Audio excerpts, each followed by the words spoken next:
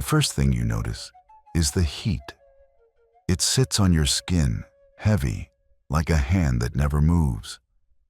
Dust coats your tongue. Every breath tastes of sand and smoke. Around you, thousands of bodies push and pull. And somewhere ahead, beyond the haze, stone is being lifted into something meant to last forever. And today, you are one of the hands building it. Just another worker. Just another day. Or at least, that's what you believe as your story begins. Tonight, the desert is quiet. But quiet here never means empty. It is a quiet that breathes. It lies across the Giza Plateau like something alive pretending to sleep, spreading itself over sand and stone and sky, wrapping the world in a vast stillness that is never truly still. The darkness doesn't simply exist here. It settles with intention, pressing gently into the lines of the dunes, into the cracks of ancient rock, into the roofs and walls of the village below. A slow wind moves across the ground, as though it has all the time in the world, carrying thin veils of drifting sand that whisper softly against the earth. Above, the sky feels endless, not like something you look at, but something you fall into. It hangs in a deep, infinite black, filled with stars that burn calm and unwavering, patient in a way only things older than memory can be. The plateau rests beneath that sky, broad and open and ancient, a place that has seen countless nights like this and has never grown tired of them. Stone holds silence differently than living creatures. It does not soften. It does not curl inward. It simply waits. The desert breathes in long, slow intervals, and every subtle movement of air carries with it the faintest sound of sand shifting against sand. So quiet that you almost wouldn't hear it, and yet constant, like the land murmuring softly to itself. Beyond this stillness lies the village. It does not blaze with light. It does not shout for attention. It sits low and grounded, its mud brick homes leaning gently into the earth, as though they were always meant to be part of it. The walls carry the memory of years.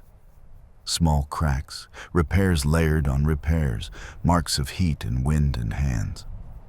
The smell of older fires rests faintly in the air, not present but remembered, like warmth that hasn't quite faded from a room long after the flame has died.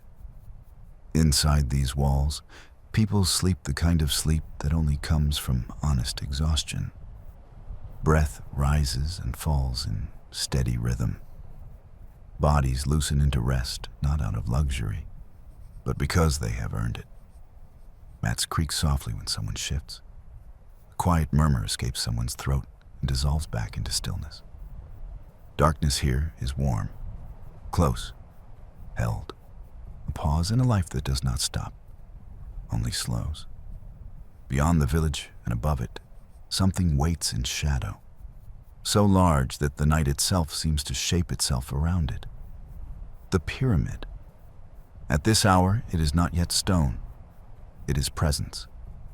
It is a colossal absence of light cut against the sky, too massive to ignore and yet still quiet, as though it too is holding itself in patience. Not jagged, not violent, just inevitable. Like a thought so powerful, it becomes part of the horizon. For a while, everything remains like this. The sky breathes. The desert breathes. The night holds. Until somewhere in the village, a man wakes. Your name is Mena. 50 years have passed through your life like river water through stone.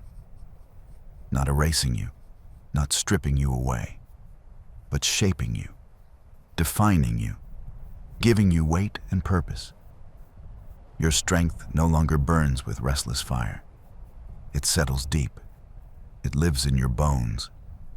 It carries itself with quiet certainty rather than noise.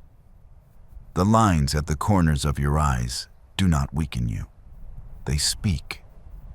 Your shoulders do not stoop beneath the years. They hold them the way strong beams hold a roof, not reluctantly, but naturally.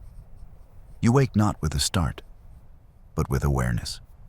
Your body remembers mornings like this long before your thoughts do. When you move, your joints speak softly, not in protest, not angrily, but simply to acknowledge that they have traveled far and will travel further. You sit slowly because you understand morning deserves to be met, not rushed through. The room surrounds you in gentle darkness. Shapes exist, not sharply defined yet, but there. The wall, the mat, the support beam above, the faintest thread of cooler air slipping in from outside. You know this place the way you know your own breath, not through conscious effort, through living. Your feet touch the ground. The packed earth beneath them is firm and familiar, worn smooth in places by years of steps, still textured in others. Your hand reaches for linen, and when your fingers close around it, the cloth feels like it always has, rough in spots, softened in others, holding the shape of the life it has served. Wrapping it around your head is not a task. It is a ritual. There is care in it, identity, purpose. By the time the final fold rests in place, morning no longer feels like something that will happen. It feels like something you have stepped into. You rise. Your palm meets the wooden frame of the door, cool for just a breath. And then you step out into air that is still kind. That rare softness before the sun claims ownership of the day. The desert greets you not with shock, but with acceptance. A thin breeze touches your face. Sand stirs gently around your ankles. The horizon has begun to think about light. A faint pale line stretches along it, so subtle it could be imagined, if not for the way it grows by the heartbeat. The sky loosens its darkness and allows the first shade of deep blue to seep in. For a moment, you simply breathe. You fill your lungs with air that tastes of dust and beginnings. The smells of the village, faint smoke, dry earth, human warmth, linger gently. Somewhere behind you, a door opens.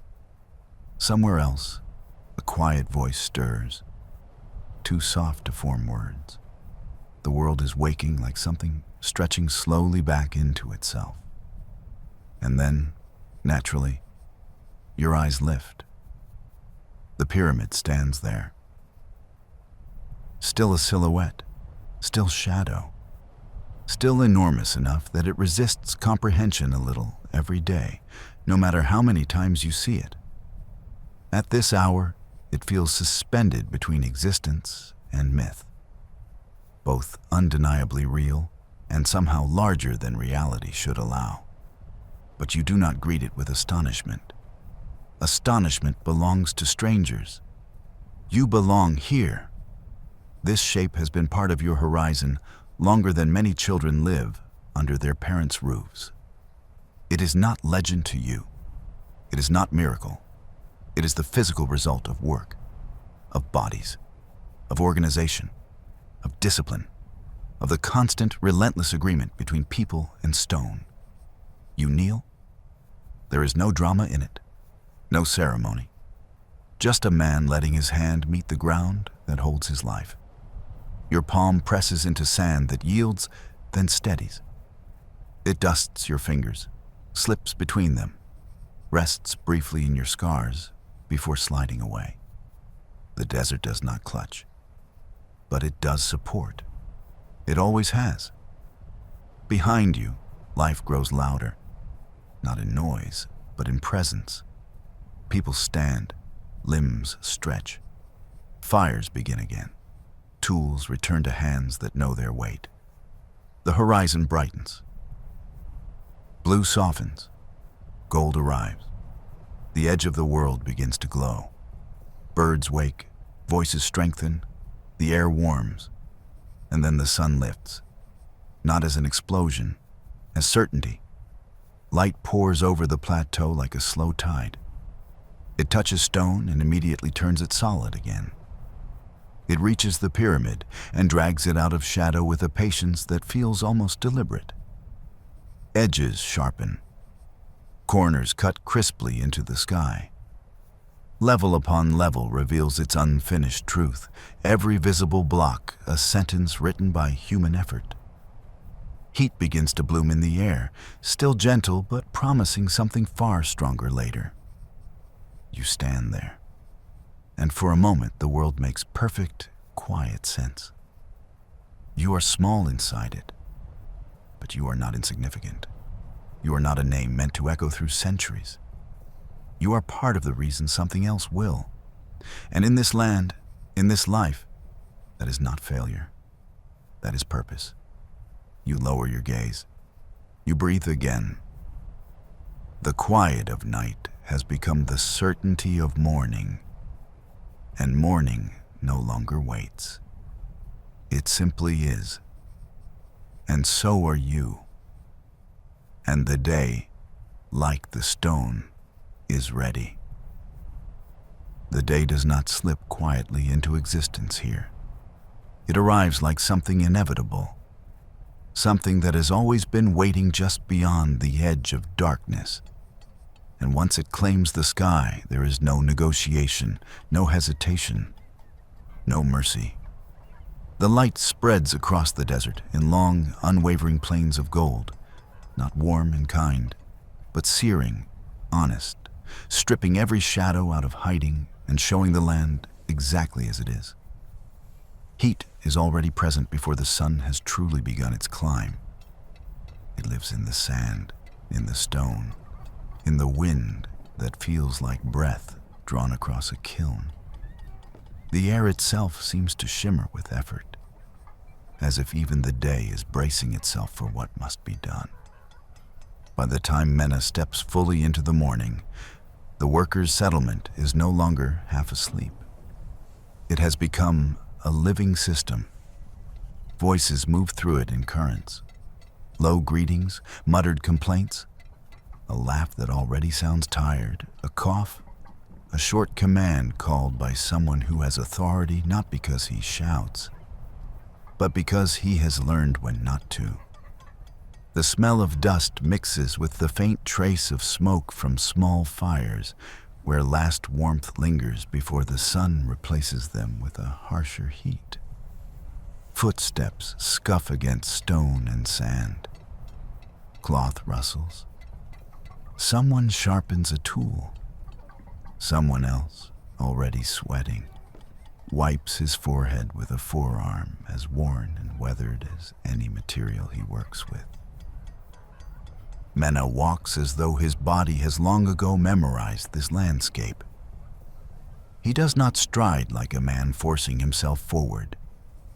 He moves like someone who belongs to the rhythm, who understands that here, purpose is not declared loudly. It is lived again and again until even silence recognizes it. Two men adjusting a harness nearby pause to look at the stone that will be theirs later in the day. One of them, younger, tries to make a joke of it. "Feels lighter before you touch it," he mutters. The older one shakes his head, lips twisting with humor that has learned to live inside exhaustion.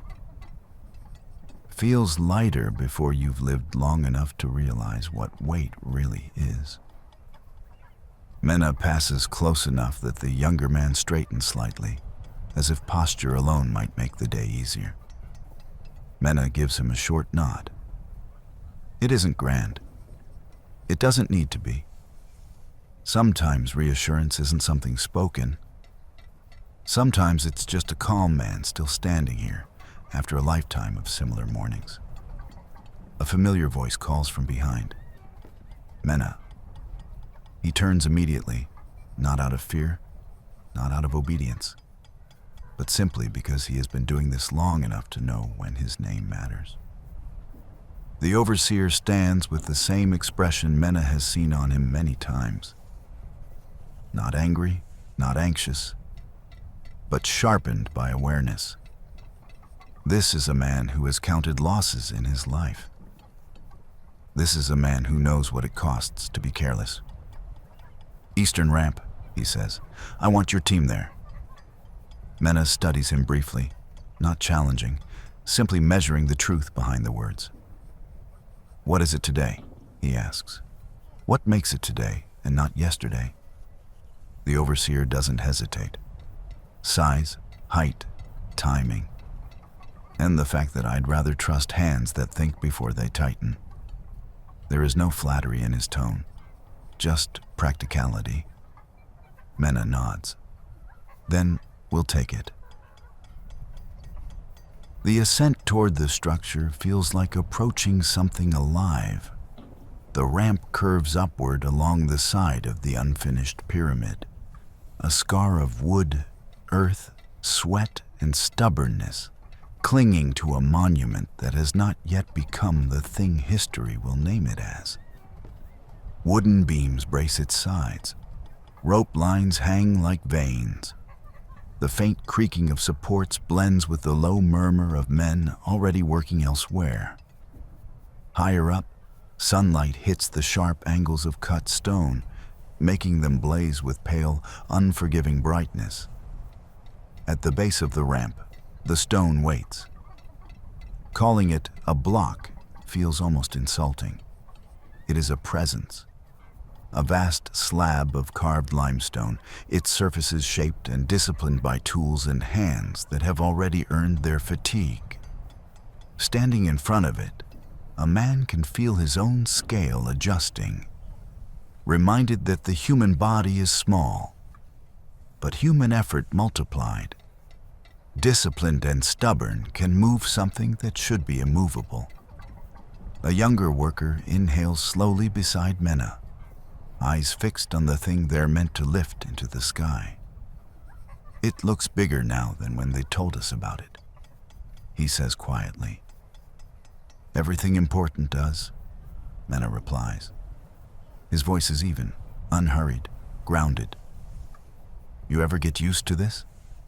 the young man asks. "Not if you're smart," Mena answers. "The day you stop respecting stone is the day your bones lie under it, instead of your hands on it."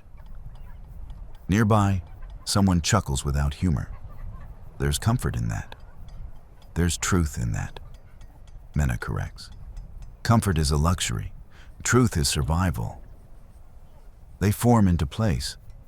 Men move into position not in perfect formation, but in a way that is deeply practiced, almost living.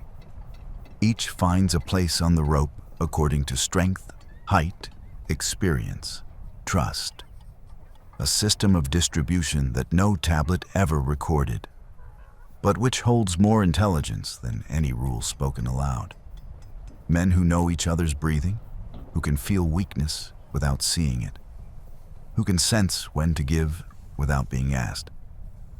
"Ready," the overseer calls, voice projecting not urgency, but intention. There's a wave of acknowledgement, not shouted, but carried through glances, subtle movements, the tightening of fingers. The rope lifts slightly before the stone moves, as if testing resolve. Then they begin. The first motion is always subtle, a slow insistence.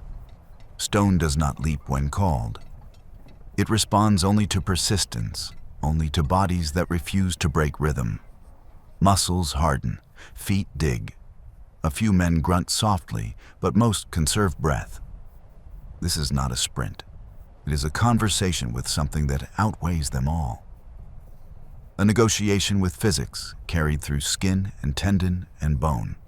Heat gathers fast. Sweat does not bead delicately here. It floods.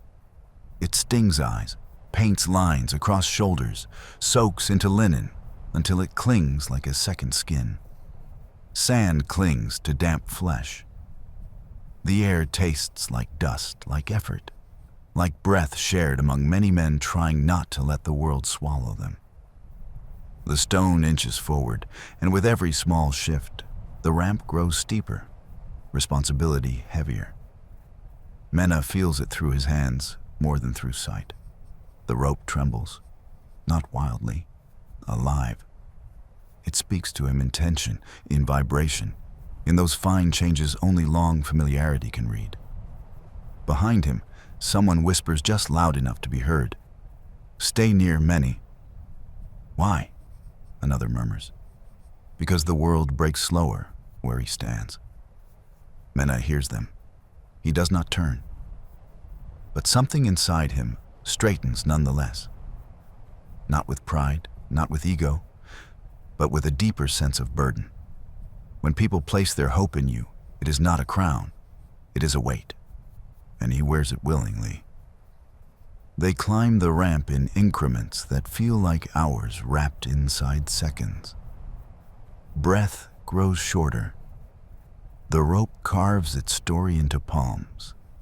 The sound of wood shifting beneath the structure blends with the scraping of stone and the collective effort of men trying to keep their world from tilting.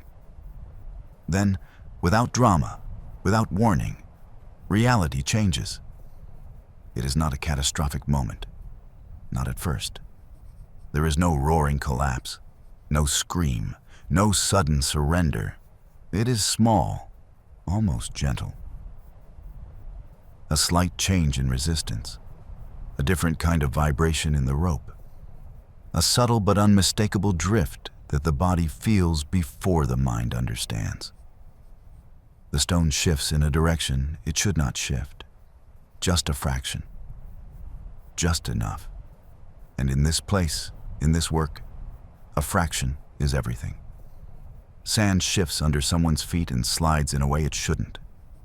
A man in front stiffens, breathing involuntarily sharpens, not loud but edged. Heads lift. Awareness tightens like the rope in their hands. One of the younger men nearest the front breathes out, Wait, that's not..." "I feel it," Mena says instantly, a voice like an anchor thrown into uncertainty. He does not bark, he does not panic. His tone is steady, deeply human, deeply aware. Further back, someone reacts the way fear always wants to react. "Pull harder. Pull now. Don't let it..." "No." Mena cuts through him, not by shouting louder, but by sounding more certain. If you fight blindly, you tear yourselves apart before the stone even has to. Silence rolls across them. Not peaceful silence. Taut silence. A held breath that feels like it might snap ribs from the inside. "Mena," the overseer calls, his voice controlled but sharp with meaning. "Talk to them. Guide it. Guide them." Mena closes his eyes for a heartbeat and listens the way only people who have done this long enough learn to listen. He feels the rope pulling not just forward, but slightly off, like something trying to twist away. He feels small tremors running through it, like frightened muscle. He feels the terror building in the men holding it, the tightening of bodies that might soon betray them if it becomes panic instead of strength. "Listen to me," he says, opening his eyes again. "No one is alone. If any of you pulls like a single frightened man, we lose. Feel the man beside you. Feel his rhythm. Match it. We move like one body, not many frightened ones." "Mena," the younger worker next to him whispers, breath unsteady. "I can feel it sliding. It's going to go. I know it's going to go." "It might," Mena answers. "If we believe it has already gone, but it hasn't yet. As long as it hasn't yet, it can still be brought back." Someone toward the back, voice breaking slightly, murmurs, "My hand's losing strength." "Your hand is strong," Mena replies calmly. "Your fear is loud. Let your hand speak, not your fear." A strange sound escapes from one of the men. It's half a laugh, half a sob. It shakes something loose in the tension. something human. Mena, another voice asks. Tell us what to do. Breathe, Mena says. Now, with me, all of you. It sounds absurd to anyone who doesn't understand, but they do. He draws a breath in, slowly, deeply, deliberately. The men nearest him mimic him first. Those beyond them feel it in the smaller movements of muscle and gradually fall into the same pattern. Shoulders lower by a fraction, jaws unclench, hands grip more honestly, less desperately. Good, Mena murmurs. Now, feel the rope again.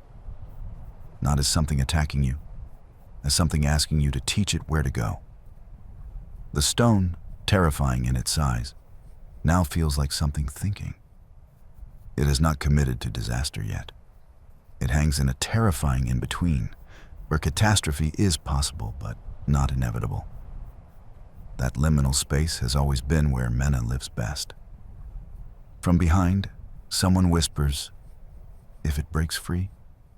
"Yes," Mena answers simply. "Then someone's child becomes fatherless today. So we do not allow that."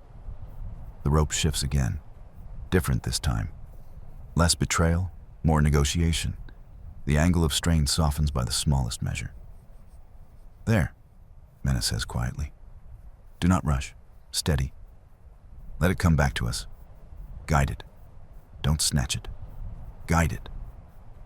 "I feel it," the young man next to him whispers. His voice shakes, but this time from relief, beginning to believe in itself. It's answering.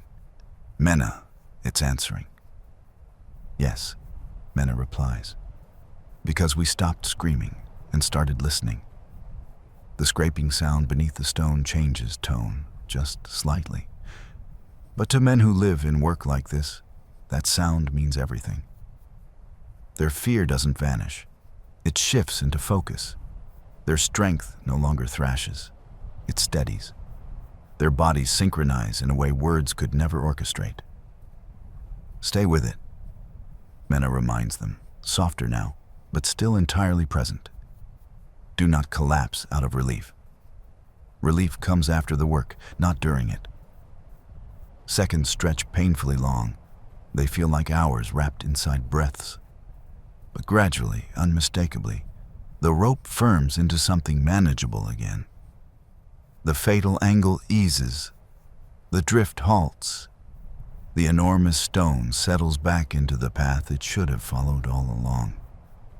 The overseer, breath he didn't realize he'd been holding escaping from him, calls Mena. Mena lets the moment pass a second longer. He wants certainty, not hope. Then he nods once. "We live," he says simply. There is no cheering. Men like this don't cheer survival. They simply acknowledge it. Breathe it in. Let it soften something inside that had been clenched too tight. A few men lower their chins briefly, as if in prayer. One presses his forehead to the rope for a moment, as though thanking it for not betraying them completely. And then they keep working. Not with trembling panic now. Not with reckless confidence. With humility. With renewed respect. With quiet, determined resolve. Time flows again. Minutes layer onto minutes. The sun climbs higher, turning the world sharper and drier. Heat burns the mind dull if one lets it. But they refuse. Their effort becomes a kind of meditation, pain blending with discipline into a single, focused state, where thought and action are barely separate things. At one point, a man slips slightly again and instinctively gasps. A hand shoots out from another worker, grabbing him before he falls into something worse. Their eyes meet briefly. "Careful," the rescuer says simply. "I'm fine." "I asked you to be careful. I didn't ask if you were proud." The smallest smile flickers. Then they continue. Higher now. Closer. The ramp begins to level slightly as they approach the placement site, and there is a subtle softening in their bodies, a shift from raw effort into a final, deliberate alignment. The men guiding the stone forward slow not because they are weaker, but because precision now matters more than force. Easy, Mena murmurs. Respect the last step. It's the one that determines whether the rest meant anything. They listen. The vast block glides the final distance, like something that has finally agreed to belong where it is going. It meets stone with stone, finding its home among others that will stand long after any of these men have left the desert entirely. Ropes slacken, hands release, bodies sag and then straighten again, suddenly aware of gravity without burden and almost startled by how light everything feels in comparison. Silence hangs for a moment. It is not empty. It is full of release, full of survival, full of meaning. The overseer watches Mena for several long seconds, then offers the smallest, most sincere nod a man can give another when gratitude feels too small a word to carry. Mena returns the nod, equally small, equally full. A young worker approaches him, still breathing hard, still trying to understand that a moment ago he might not have been alive now. Mena, he says, voice quiet not out of weakness but respect. Thank you. Mena shakes his head gently. Go home tonight. That is thanks enough. Let someone sit across from you at evening meal and not realize how close they came to losing the sound of your voice. The young man laughs softly, half shaking his head. You always talk like that? No, Mena replies. Only when it matters. He looks up then. Really looks. The pyramid rises above them, unfinished, raw, yet already magnificent. It will become something the world whispers about. It will be written into memory. It will outlive him and his sons, and any story anyone might ever tell about the day a stone tried to take several lives and failed. He will not be remembered for this. Neither will any of the men who stood here today. And that feels right. Because sometimes the world stands, not because great names saved it, but because ordinary men refused to let it fall when no one was watching. Today, Mena was one of those men. And for this day, that is enough. Night settles over the desert not like something that falls, but like something that arrives with intention.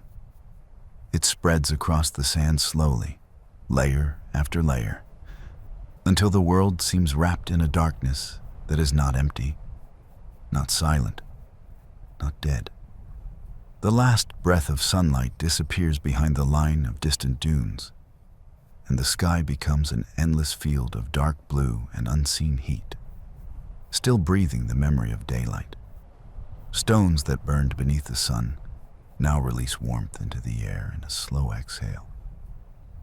Sand shifts in small sighing movements from time to time, pushed gently by wind that travels with no urgency, carrying dust and the faint smell of smoke and ash across the settlement. The camp has quieted in the way living places quiet when exhaustion is shared.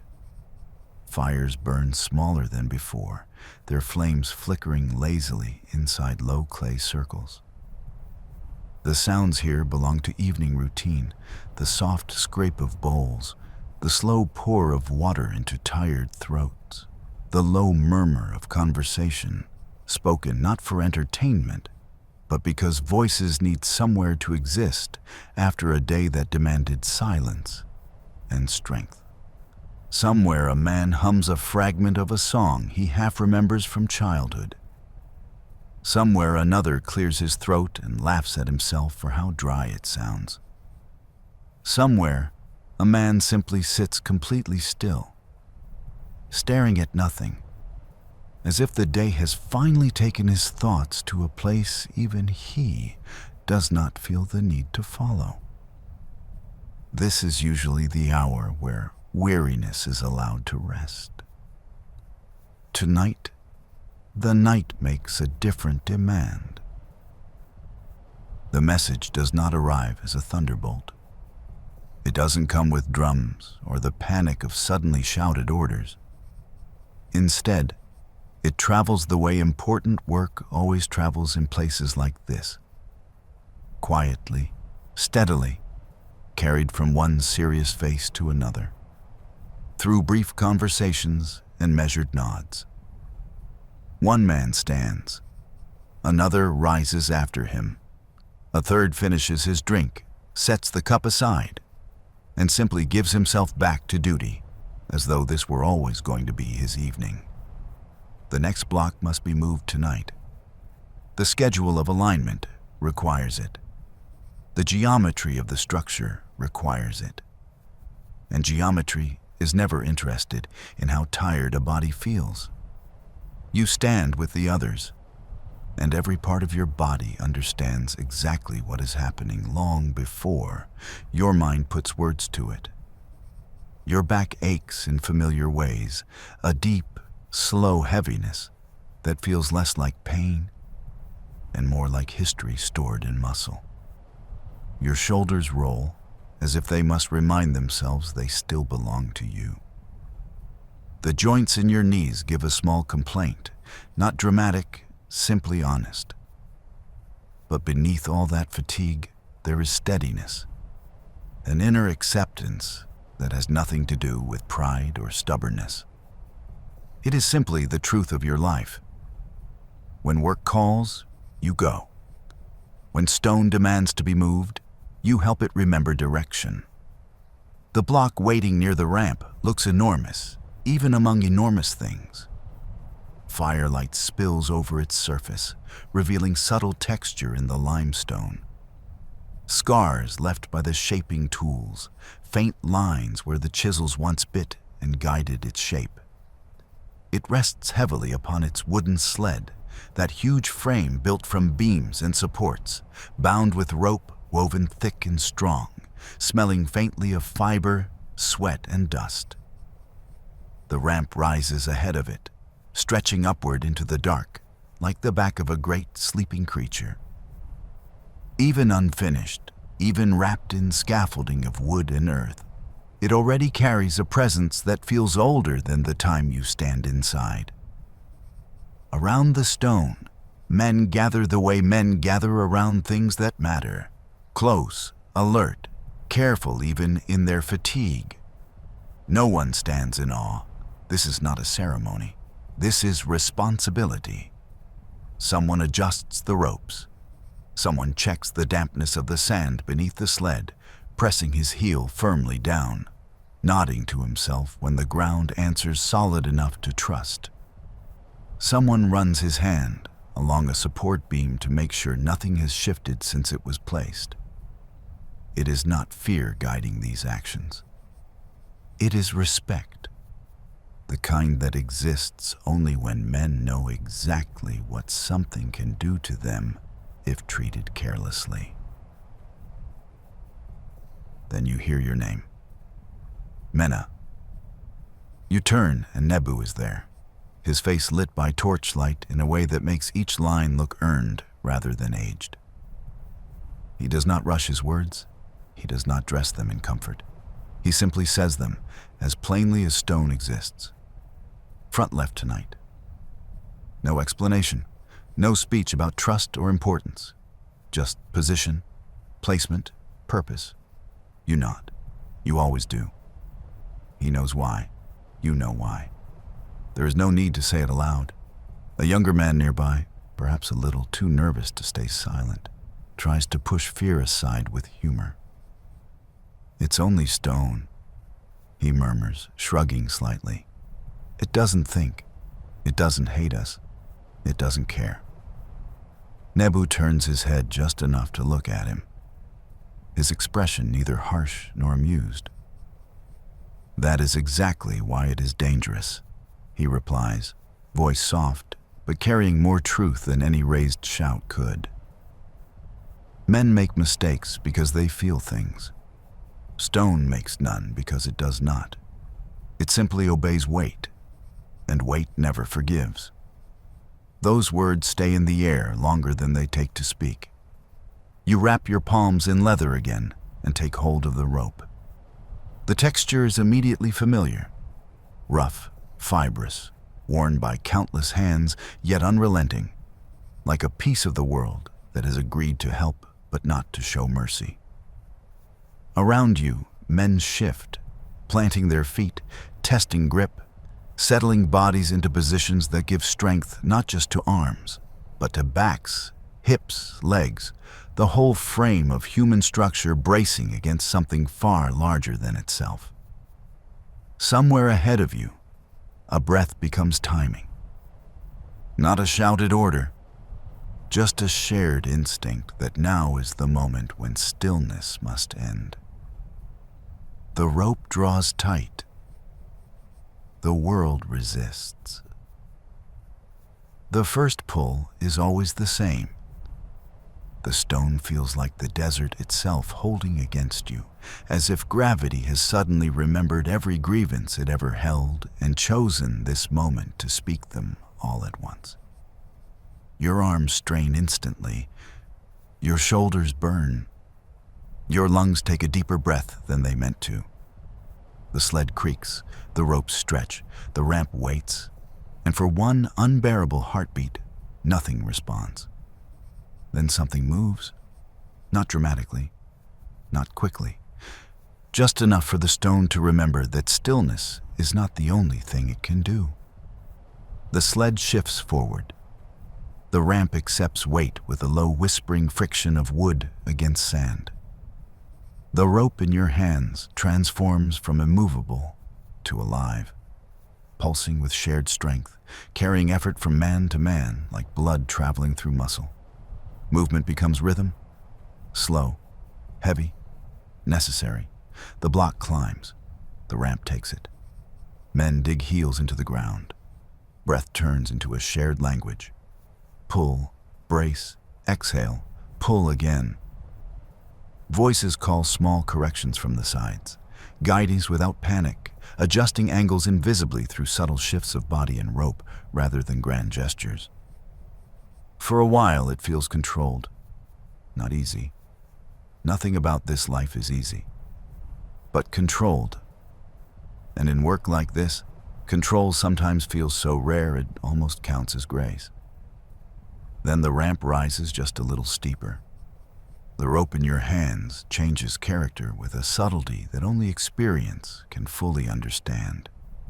It vibrates differently. It feels more alive, not in a comforting way, but in a way that says something large is thinking about something none of you wanted to consider. The sled gives the smallest, almost polite twitch under the stone's weight. If you were younger, you might ignore it. You are not younger anymore. You feel your heartbeat grow heavy in your chest before your mind even gives language to the fear. One of the workers toward the rear notices the same change a moment later. "Nebu?" he calls, trying to keep his tone straight. Disciplined, as if maybe tone alone can steady the world. "I see it," Nebu replies, his voice holding firm, controlled, grounded. "Left correction. Do not fight it with panic. Guide it with thought. You lean differently, not harder, better." The men nearest you feel the adjustment like a signal moving through the rope, and their bodies answer it instinctively. But the ramp answers back wrong. Sand that should have stayed firm simply doesn't. Maybe the water soaked in unevenly. Maybe too much pressure gathered in one spot. Maybe it is simply the desert reminding everyone that agreement with human intention is never guaranteed. The sled accepts the weakness beneath it. The stone responds in the only language weight speaks. It begins to turn, Not wildly, not dramatically, just a little, which is far worse. Someone further back reacts the way all living things react when something larger than them shifts toward danger. "Stop!" he calls, and the word carries all the terror his discipline could not hold back. "No." Nebu's answer is immediate, sharp not with anger, but with absolute clarity. Stopping traps the mistake. Forward corrects it. Forward, forward with control. Your arms feel as though someone has filled them with burning sand. Your shoulders send lines of pain deep into your chest. The rope bites so hard you wonder if even the leather will forgive you later. Around the sled, the side teams launch into motion. Wooden beams slam into place like sudden decisions. Stakes are hammered with brutal precision. Sand is beaten hard by hands and tools, as if men believe they can personally convince the ground to behave. "Mena!" Nebu calls your name, not because he doubts you, but because he trusts that your mind is as important here as your strength. Do not argue with it. Lead it. Make it remember that direction exists. You close your jaw around pain and fear and breathe differently, more grounded, more intentional. Your stance shifts lower. Your pull changes shape. You stop dragging and start persuading. The men nearest you feel that instinctively and follow. One mind made from many bodies. For a moment, the world refuses to listen. Then, with slow, shaking reluctance, it does. The sled straightens its path. The ramp obeys. The stone returns to cooperation like a stubborn beast that finally remembers it cannot survive alone. Breath releases across the line, not as laughter, not yet, but as relief that still doesn't trust itself entirely. It takes what feels like a lifetime, and at the same time, no measurable time at all, before the block finally reaches the point where it is meant to rest for now. The moment the rope slackens and the world stops threatening to choose something terrible, men remain still, as if afraid to break the fragile blessing of survival. Then the sound comes.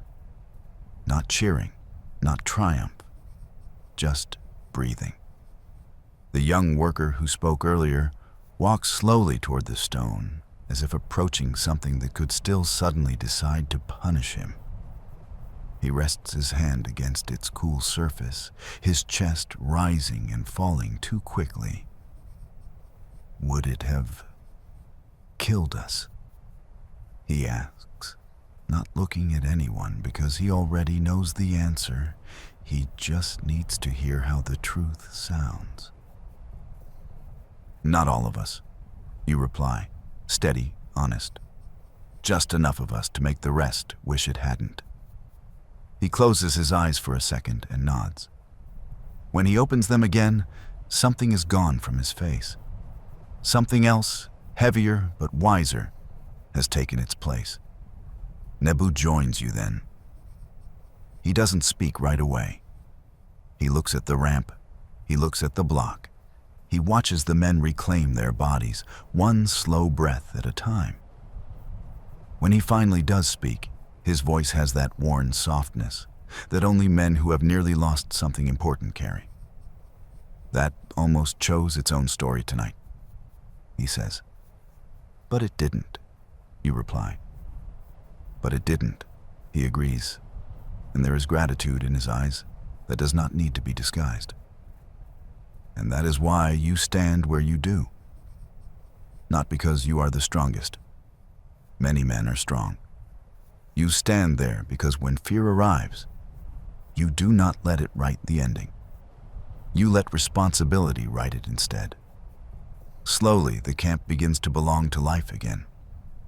Laughter returns, cautiously at first, then with a bit more trust. Men retell what just happened, even though everyone already knows. Telling it changes it. Fear becomes story. Danger becomes memory. Breaths become slower. Hands stop shaking. Bodies remember they are allowed to be human again, not only engines.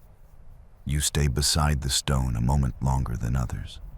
You rest your palm on the rough, imperfect surface, neither worshiping it nor resenting it. Tonight, you and this block argued with gravity and with the quiet cruelty of chance, and both of you survived each other. That is not heroism. That is life. When you turn away and walk back toward firelight, the pyramid towers behind you like a massive shadow that somehow feels both asleep and watching. For a moment, it becomes impossible not to understand something very clearly. People in distant centuries may look upon this structure and see permanence, certainty, inevitable greatness. But you know the truth. You were here. You felt it tremble. You know pyramids are not only made of stone and mathematics. They are made of nights where disaster nearly happened and was prevented by tired men who refused to surrender. By the time you sit again, your body is shaking with exhaustion and relief, sharing the same bones. Water touches your lips and tastes like something close to forgiveness. The camp hums softly around you. Someone quietly thanks a god under his breath. Someone else stares at his hands like they no longer quite belong to him. The desert breathes. The night holds what happened. The pyramid waits for the next day and the next test, as it always will. And for this stretch of darkness, hard-earned, fragile, real, you are allowed to simply exist with the truth that matters. Gravity did not win tonight. Fear did not win tonight. You did not let chaos write the story. And tomorrow, when the sun returns and everything begins again, you will rise with the others. Not because you are forced, not because you are fearless, but because you belong to the work. And the work belongs to the world. You are helping shape stone by stone, breath by breath, night by unforgiving night. Tonight, the desert is quiet. But quiet here never means empty.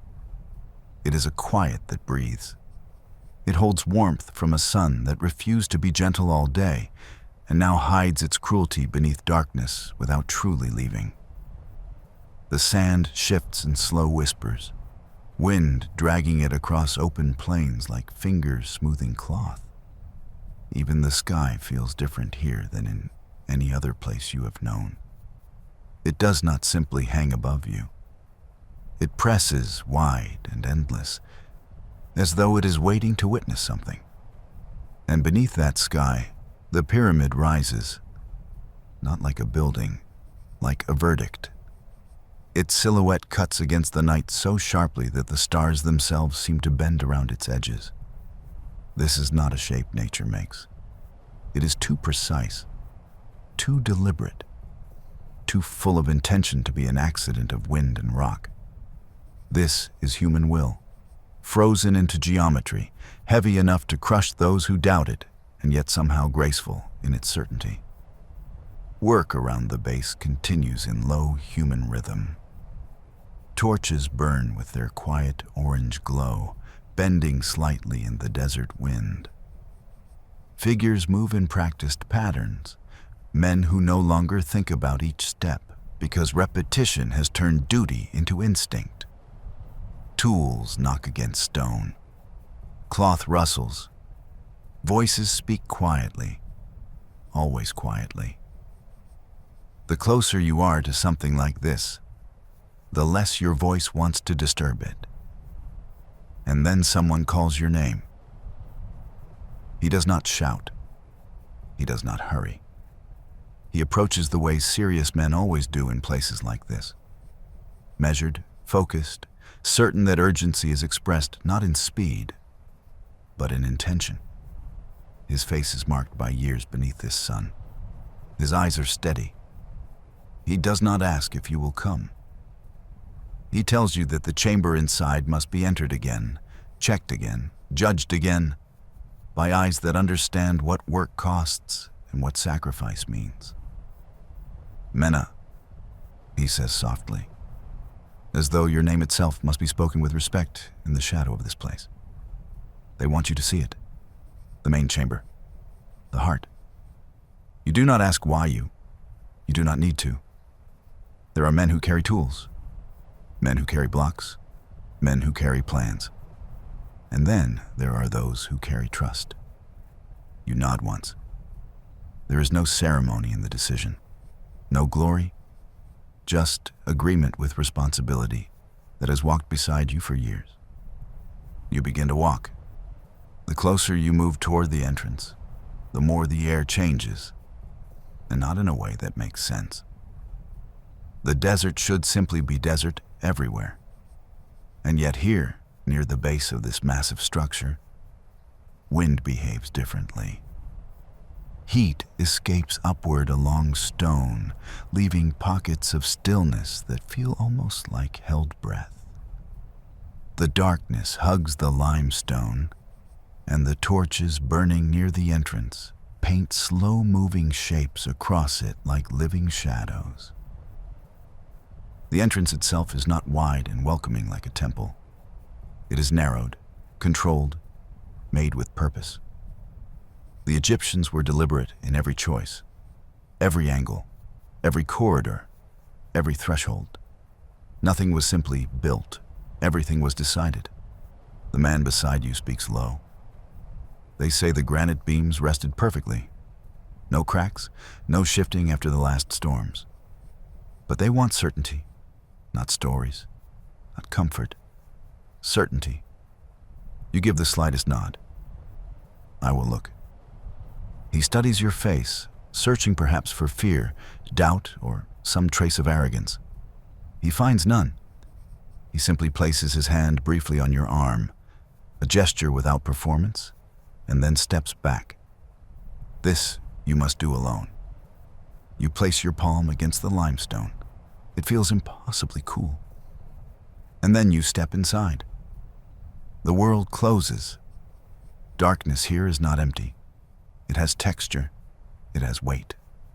It feels as though it has lived in these corridors for centuries and does not intend to yield easily. Your light, a simple flame guided carefully in your hand, behaves differently inside this place. It does not leap the way flames love to do. It stretches slowly and sliding across the polished stone, illuminating it the way dawn brushes a sleeping world awake. The corridor drops gently downward at first, angled deliberately, just as so many pyramids were designed to mimic cosmic alignments and ritual meanings. Archaeologists one day will argue endlessly about symbolism, stars, rebirth, paths to the afterlife. But you do not need scrolls or scholars to feel that none of this is random. Geometry itself feels like faith here. You trail your fingers near the stone without fully touching at first. Your body expects roughness, the scrape of tools, the stubborn bite of unpolished surface. Instead, the wall feels like smoothed bone, like something shaped not by force alone, but by patience. These blocks were cut with copper chisels and dolerite pounding stones, smoothed with sand, water, and endless work. Tens of thousands of hours lived in these walls long before this room ever dreamed of becoming sacred. You inhale. The air smells ancient. Cool stone, old oil, dust that is not like desert dust. This dust has never blown freely. It has always belonged to walls, ceilings, floors. It smells like secrecy. You continue downward until the floor begins to rise beneath your feet almost imperceptibly. The corridor angles upward now, the kind of engineering shift that took astounding knowledge and terrifying confidence. Egyptians did not simply hope stone would behave. They understood stress. They understood pressure. They knew how to make weight obey. Your steps echo strangely. Sometimes the sound comes back too fast. Sometimes your movement seems to disappear into silence before deciding to return to you late, as if the structure itself takes time to consider every noise before allowing it back. There are set nicks cut along the walls. Once, small lamps burned there. Their soot scars still linger. Faint black whispers of men who came before you, of work that never truly leaves a place, even when the hands that did it are long gone. These marks prove what historians will one day say and wonder. This was not magic. This was labor. And finally, the corridor widens. You feel it before you see it. Space changes pressure around you. Your ears sense a larger world ahead. Your chest tightens not with fear, but with reverence. You slow your steps instinctively, because rushing toward something eternal feels like an insult. You cross the threshold. The chamber opens, not flamboyant, not excessive, not screaming its power. Instead, it has the terrifying confidence of something that does not need to prove itself. The ceiling rises above in massive horizontal granite beams, each one dragged hundreds of kilometers from Aswan, transported along the Nile, hauled across land, and lifted into place with methods the world will one day stare at and call impossible. Some weigh 40, 50, even 70 tons. Each one positioned with precision that does not allow for imagination about how careful the work had to be. You tilt your head back and your throat goes tight. Nothing this heavy should feel so calm. These beams do not strain. They do not flex. They simply exist in perfect mathematical agreement with everything around them, distributing unimaginable weight across a system that trusted calculation more than hope.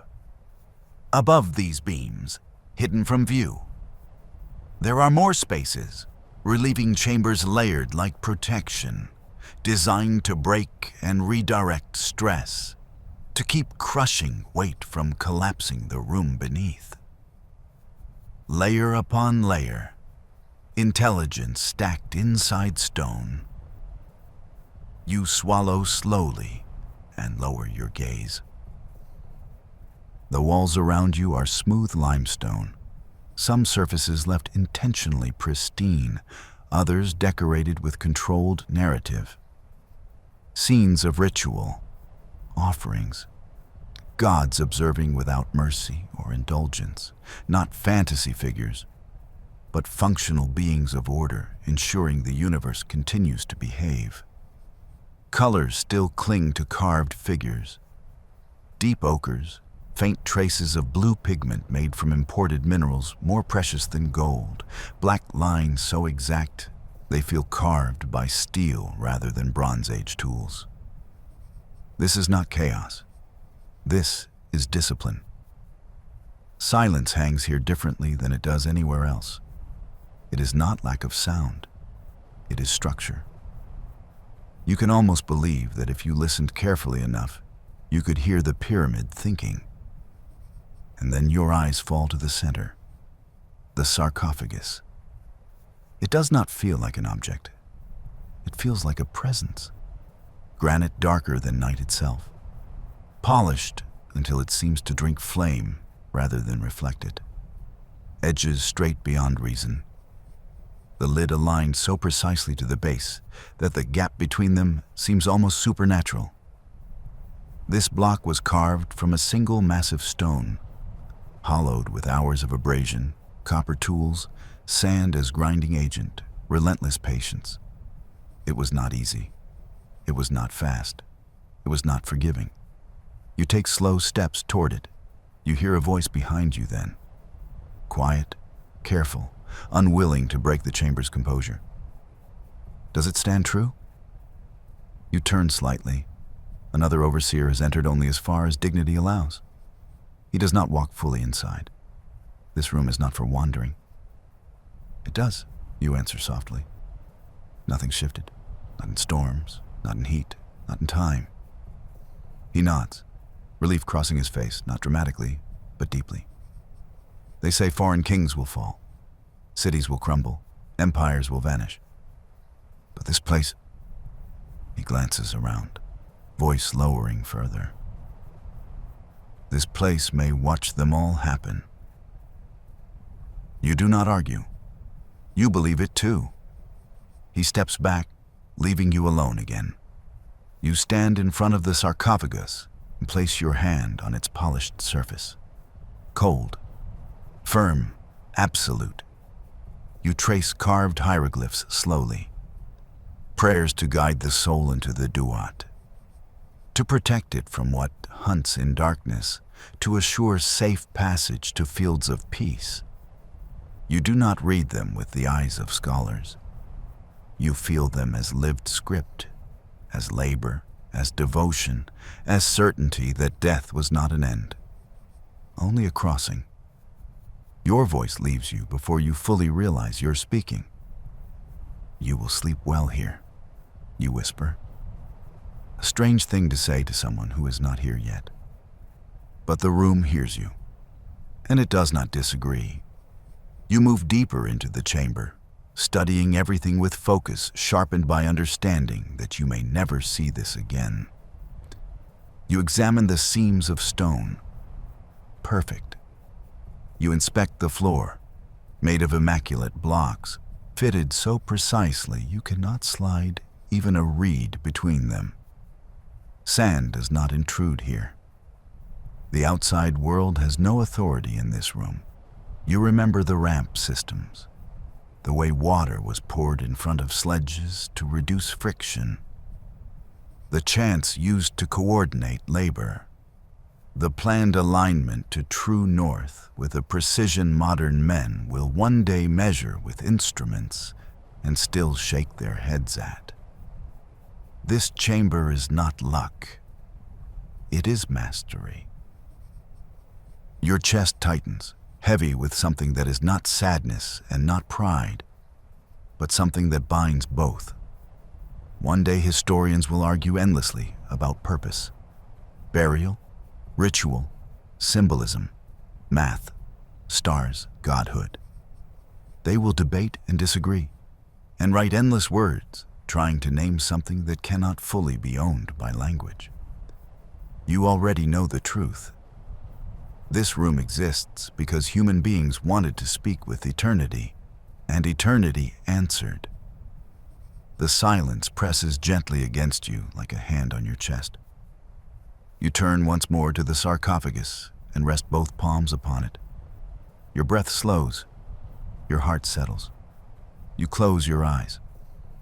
Not to pray, to bear witness. You think of workers outside under that merciless sun. You think of backs scarred by work that no song will commemorate. You think of men who died here, whose names will never be carved, whose bones will never be placed in anything so honored.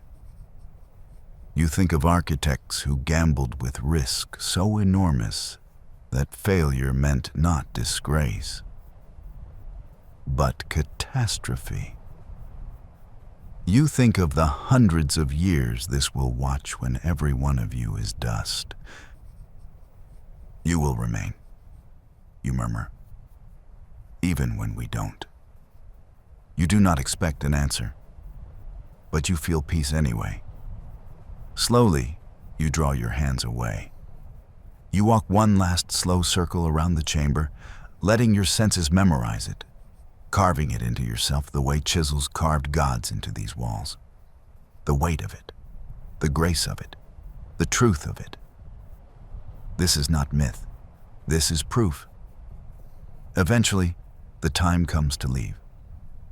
Leaving does not feel like stepping out of a room. It feels like stepping away from meaning. You turn toward the corridor.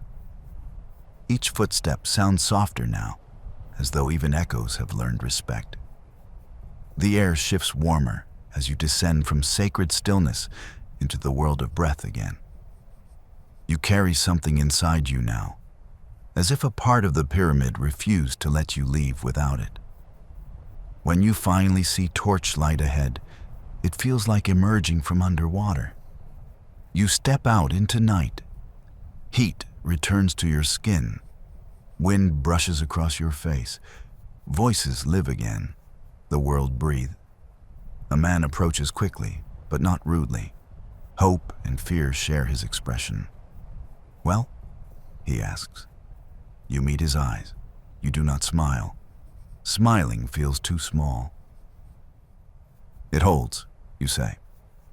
Not loud, not triumphant, certain. Men around you exhale quietly. Work resumes. Life continues. The universe does not collapse. And inside your chest, something settles. You look once more back at the pyramid, this impossible thing born from hands not so different from yours. And for the first time in years, you feel completely aligned with something far greater than you could ever name. You do not crave glory. You have touched permanence.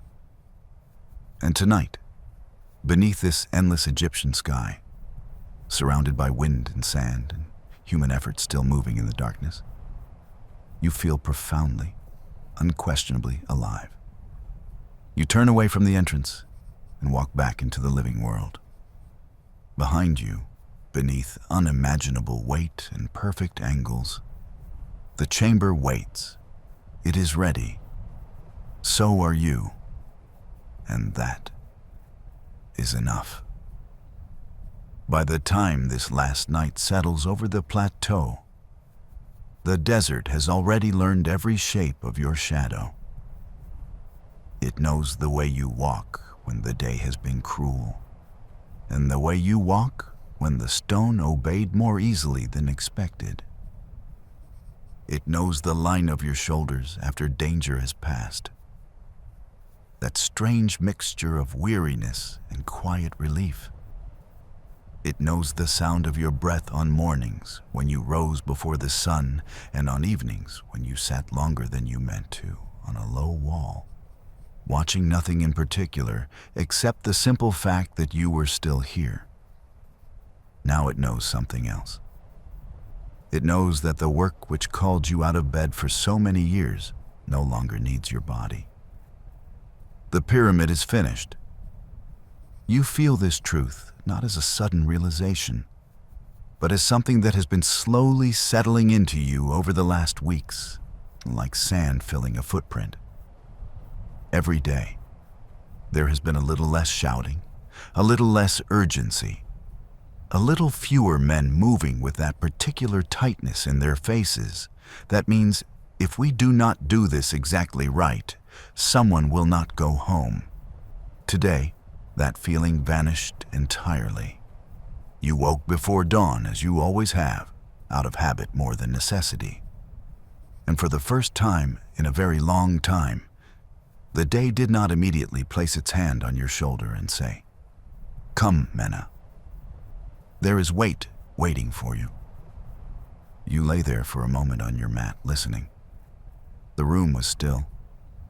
The roof beam above your head creaked once as the air cooled, then fell silent again. The familiar smell of dust and woven reed and worn linen wrapped around you. In the darkness, you could almost pretend it was many years earlier, before your life had become braided so tightly with stone. But outside, the sounds were different. There was movement, yes. The low murmur of men waking, of feet touching earth, of water being poured into rough clay cups. But the edge was gone. The sharpness that always cut through the mornings here, the urgency that made voices tight and steps quick, had melted away. You sat up slowly. Your back sent a calm, steady ache up along your spine. Not worse than usual, not better, just honest. Your knees announced themselves when you bent them. Your shoulders rolled with a familiar heaviness that no longer surprised you. You stood. Your feet found the packed earth. You wrapped your head in linen by touch alone, fingers moving through the practiced pattern that has started your days for decades. When you finished the last fold and tied it into place, you did not feel like a man preparing to go to war with stone. You felt like a man putting on his own face. You stepped outside. The air met you with a softness that only exists in the narrow space before sunrise claims the sky. A faint coolness touched your skin, not strong enough to fight what the day would become, but still kind enough to remind you that the world can be gentle in small moments if you meet it early enough. You breathed in dust, old smoke, the faint sweetness of grain baking somewhere in an oven that has not yet begun to labor. And then you looked up. The pyramid stood on the plateau like a thought the world had decided to make permanent. You have seen it under every kind of light, in the white violence of noon, in the long stretch of evening shadow, in the strange, flat glow of dust storms. But this is different. Now, with the last stars fading and the first suggestion of dawn brushing the horizon behind it, the smooth limestone faces catch the thin light and hold it in pale bands. The silhouette is no longer broken by scaffolding, no longer interrupted by ramps, no longer scarred by piles of discarded stone and temporary structures. It looks whole. From this distance, a stranger might believe it came out of the earth fully formed, like a mountain that simply decided one day to be sharp instead of soft. You know better. You have watched it rise block by block, problem by problem, danger by danger. You have heard it groan when a load shifted wrong. You have felt it tremble under your feet when a new level accepted more weight than the one beneath it. You have seen how close it came, on some days, on some nights, to becoming a broken heap instead of a clean line against the sky. You stand there for a moment, just breathing, letting your eyes move along the edges that no longer show the struggle that birthed them. Behind you, a voice speaks, careful not to break the quiet. Father. You turn. One of your sons stands a few steps away, already wrapped for the day, already awake to what this morning means. His beard is thicker than yours was at his age. His shoulders are broad, his hands marked by rope and wood and stone, the same way yours were when the work began. He is no longer the thin boy who once ran water to the ramps. The work has raised him into a man. Send him, you say. He comes closer, eyes moving briefly past you to the pyramid before returning to your face. Despite the calm he tries to hold, something unsettled flickers there. They say, he begins, they say today they will close the last passage. You nod. So I have heard. They want you there, he adds carefully. Nebu sent a boy to say so. You feel the smallest shift inside your chest. Not surprise, not pride, just the solid confirmation of something you already suspected. Of course he does, you say quietly. Will you go? You lift an eyebrow. Would there be a world in which I do not? Senem's mouth twitches, close to a smile and close to something else. I did not think so, he admits. But I wanted to hear it from your own throat. You rest your hand briefly on his shoulder, the same way you have done before sending him to a dangerous haul, the same way your father once did to you before sending you into your first serious task. Walk with me, you say. He falls into step beside you as you cross the settlement. the village feels as if it is in the middle of an exhale that no one has yet finished. There are fewer people here than there were at the height of the project. Some left weeks ago, reassigned to other works along the river. Some took their pay and vanished into whatever lives were waiting for them elsewhere. The rows of mats outside certain houses are gone. A cluster of storage jars stands empty, waiting to be claimed or broken. Where once there was constant motion, men dragging sledges, carrying baskets of rubble, hauling water, shouting measurements, there is now a strange in-between. People stand together in groups and talk. They sit on steps and watch the sky without feeling guilty for a moment stolen from labor. No one is rushing. The work has ended. The habit of work has not yet learned what to do with itself. You climb the gentle rise toward the pyramid's base. The ground here remembers years of pressure. The ruts of sledges, the tracks of bare feet, the deep, flat spaces where water was poured to smooth the way. Sand has drifted over some of it, softening the marks, not all. The earth never forgets everything at once.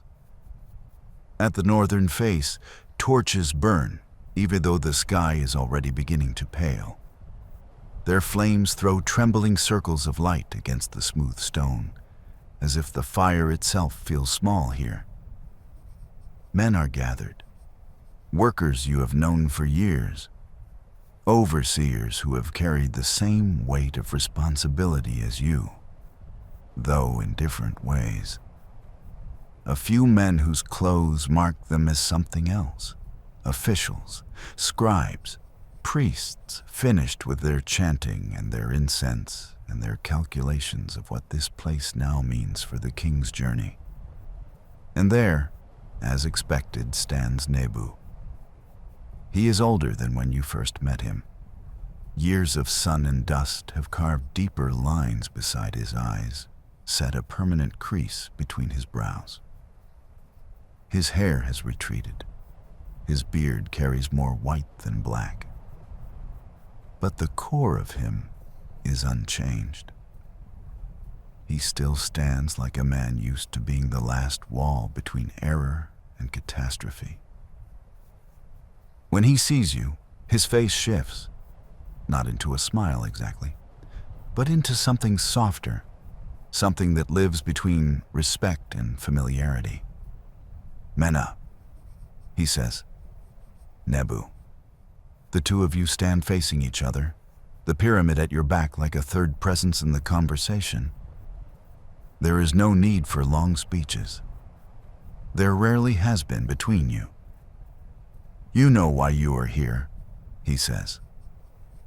"I suspect it has something to do with the fact that stone still moves more willingly when I ask it politely." You answer. A small crack of amusement appears at the corner of his mouth. "Something like that," he agrees. He gestures toward the face of the pyramid. For a moment, all you see is the clean, unbroken line of pale blocks. Then your eyes find it, a rectangle of absence that doesn't want to be seen. It is narrow, tall enough for a man to pass if he bowed. It leads down into the angled passage beyond, the last remaining path between the outer world and the network of corridors inside. Beside it waits a block. Compared to the great core stones, it is modest. Compared to a human body, it is enormous. Its sides are finished with the same care as the others around it. It will not stand out once it is in place. That is its purpose. It has been shaped to vanish into the pattern, to hide the fact that a gap ever existed. Your hands tingle. Your forearms remember the shape of rope even before you see the coils ready on the ground.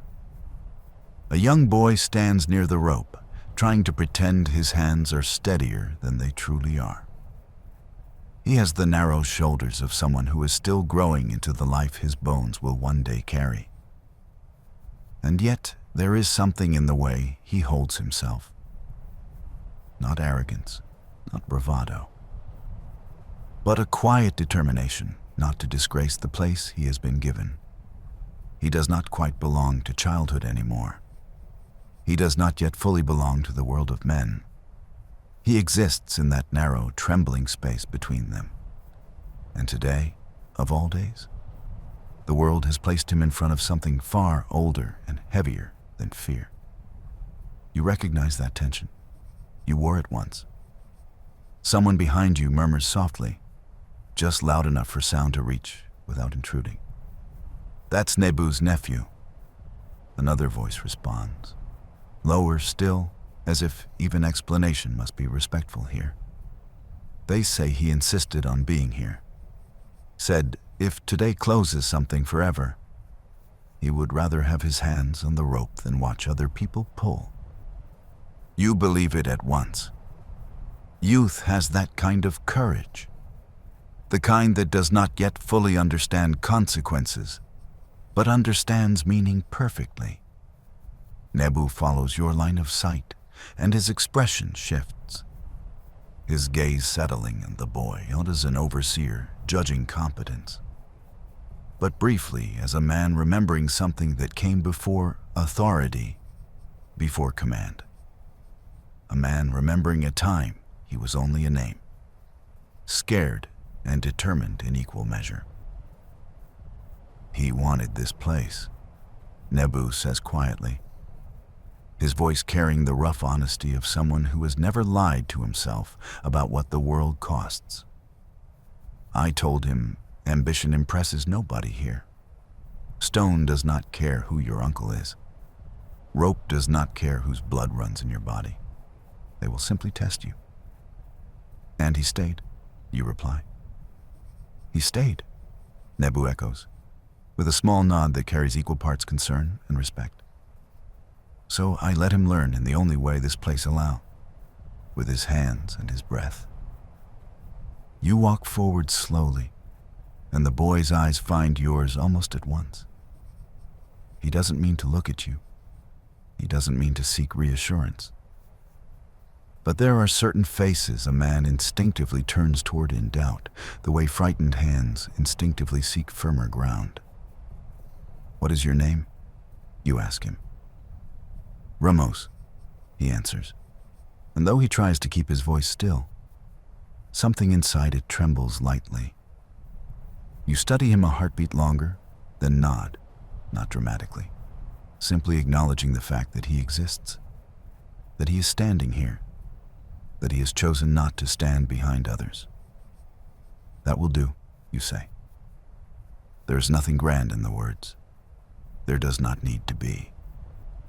Your hand finds the rope then, and it feels strangely familiar and strangely distant at the same time, like an old companion you have not touched for a while. The fibers press into your palm with the same rough honesty they always had. They never promised kindness. They promised only truth. Around you, men shift into place with that practiced, instinctive movement, born not of drilled command, but of years spent trusting one another. No one asks a question. No one needs an explanation. They know their position the way the body knows where to place a hand when it falls. Nebu stands a little apart, as he always has, the last anchor when confidence wavers. This stone is not the largest we have ever moved, he says softly, speaking not to inspire but to focus. It will not break your backs the way others tried to. But do not let that trick you into carelessness. Its weight is not only in stone, it carries what this day means. The words do not rise, they settle. They do not inflame, they deepen. You breathe without thinking about it, and men near you breathe with you, not because you tell them to, but because they have learned through years beside you that steadiness spreads the same way fear does. Forward, Nebu says. The rope tightens, as if waking up, finding tension the way a muscle wakes to movement. The stone at first does what every stone does when asked to surrender stillness.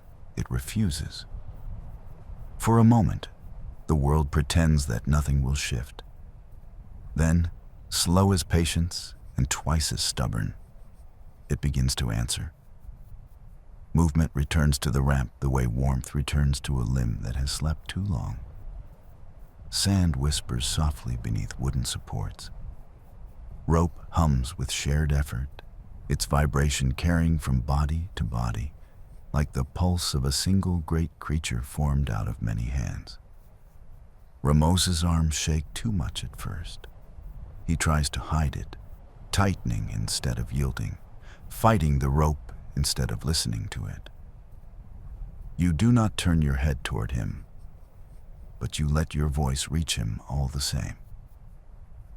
Do not fight it as if it were trying to take something from you. You say gently. Guide it. Let it feel that you belong here. He exhales, and this time when the rope pulls against his palms, he does not meet it like an enemy. The trembling eases, not entirely, but honestly. The stone slides forward, then upward, then slightly sideways into position. It does not rush. It does not complain. It simply moves toward inevitability, as if the last passage of this place agrees it is finally time to sleep. As the block approaches its final space, everything grows quieter, not in noise, but in spirit. Men begin to move slower without being told, their bodies instinctively understanding that the last part of any work is not about strength anymore. It is about respect. Careful, Nebu murmurs. The last breath decides the truth of the whole body. The block meets stone, not violently, not loudly, with a deep, almost intimate sound, like two halves of something recognizing each other after a lifetime apart. You feel it through the rope before you hear it. That subtle shift from resistance to belonging. You lean back slightly, easing tension. Others mirror you. The rope slackens a little at a time, like a final sigh shared among many lungs. And suddenly, it is done. The opening is gone. The face of the pyramid is whole. Already it is difficult to see which stone it was. Soon, even memory will blur the exact place. Ramose keeps holding the rope a moment longer than he needs to, as if fearing that if he lets go too soon, the world might change its mind. Then he releases it, very carefully, very gently, the way one sets down something newborn. He looks at the sealed space, then at his hands, then at you. Did we truly do it as it should be done? He asks quietly. You do not laugh. You do not dismiss him. You understand exactly why he asks. If we had not, you tell him, we would not be standing here in such peace. He nods, and that nod is not only relief. It is the slow beginning of a man understanding what it is to have stood inside a moment that will not happen again. Nebu comes to stand at your side. He does not smile. He does not need to. There is something far deeper than joy in his expression. Something like gratitude. Something like disbelief that the world allowed all of this to end without tragedy. I trusted this place to very few men, he says softly. And today, I trusted it to you once more, because I did not know how else to give this ending the dignity it deserved. For a while, no one moves. Then, as all things must, life resumes. Tools are gathered. The last supports are examined one final time. Words are exchanged, quiet, thoughtful, almost tender in their tiredness. The day stretches forward, but it no longer feels like a day inside labor. It feels like a day after something vast has finally closed its eyes. You remain, a little longer, just long enough. You rest your hand on the cold, perfect face of the newly sealed stone, and it does not answer you, and it does not need to. You whisper something under your breath, not prayer, not farewell, not claim. Only a simple acknowledgement of existence shared for a long time between a man and a thing larger than any man can fully contain. Then you turn back toward the world of people, and the pyramid remains where it has always intended to stand. You do not realize how deeply silence can move until it follows years of noise. The day stretches onward, but it has a different weight than any day before it. There is still movement around the settlement, but it no longer feels like a living machine forcing itself forward. It feels like people learning how to stand without something enormous leaning on their shoulders. Men who had spent most of their waking hours thinking about angles and stress and whether a rope might slip in the wrong moment suddenly find themselves thinking about where they will sleep next month, or whether their children will recognize their hands again when those hands no longer taste of dust. Your son moves among them with a gravity you did not notice in him before today. He speaks to men who used to stand taller than he did, and now look him directly in the eyes. He laughs once, the kind of laugh that sounds like it had to climb through tightness in the chest before it escaped. He glances toward you often, not to ask permission, not to seek guidance, simply to confirm that you are still there, that the world has not shifted so suddenly that it forgot to keep you in it. By the time the sun reaches its peak, the heat has returned to its familiar cruelty, but without purpose behind it, it feels oddly hollow. It burns simply because burning is what it does. No one curses it as they used to. No one squints into it with the angry determination of someone trying to finish something before it cooks their bones. Now, people simply endure it because they know they must survive the day, not win it. You sit in the shade for a while with your back against a wall warmed by countless mornings. Your son brings you water without asking whether you want it. He places it in your hands with the quiet reverence one would offer something sacred, even though it is only water in a rough cup. You should rest, he says. You smile at him in the way fathers do when they hear their own voice echoing back through their sons. I am resting, you reply. He studies you.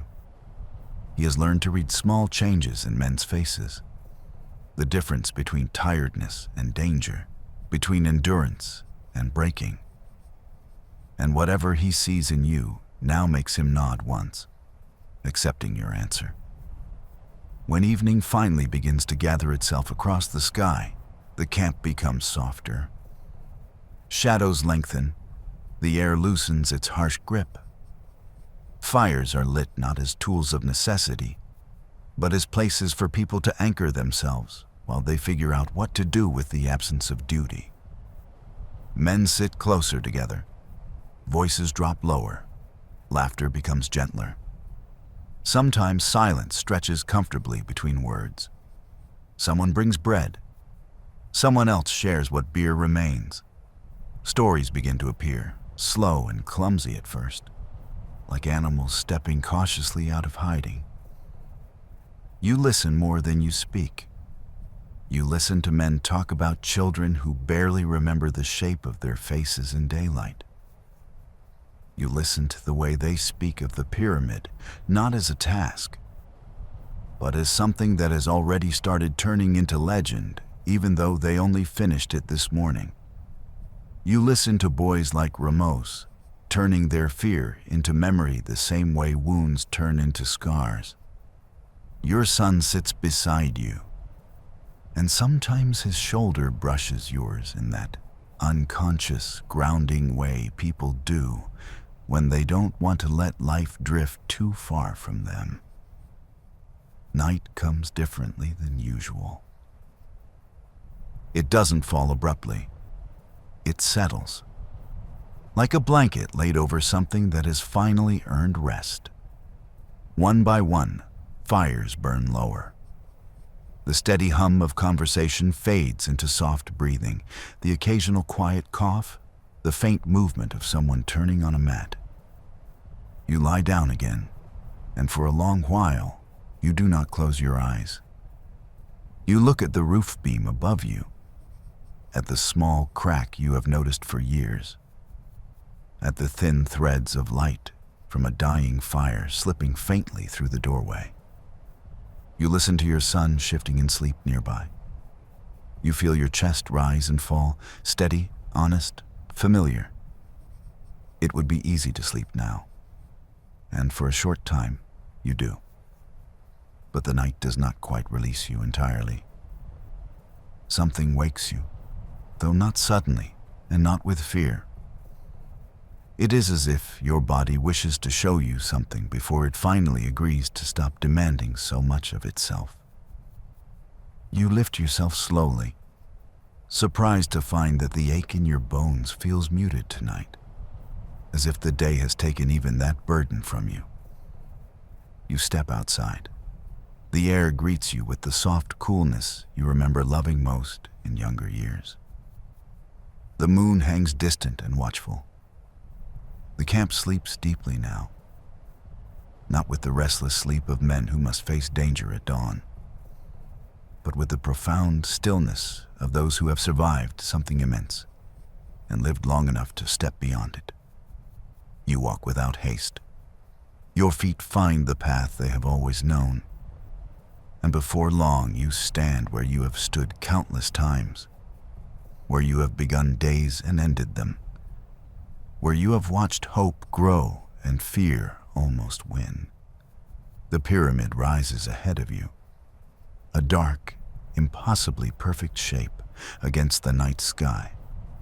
Without torches flaring at its feet, it looks both gentler and more immense at once, like something that does not need light or audience to justify its existence. You stand there for a while, not near enough to touch it, not far enough to feel like a stranger to it, just close enough to be honest. The last stone you helped guide into place lies somewhere within that smooth expanse, invisible now, indistinguishable from the ones beside it. No one will ever again look directly at it and say, "This one." Children will not point to it.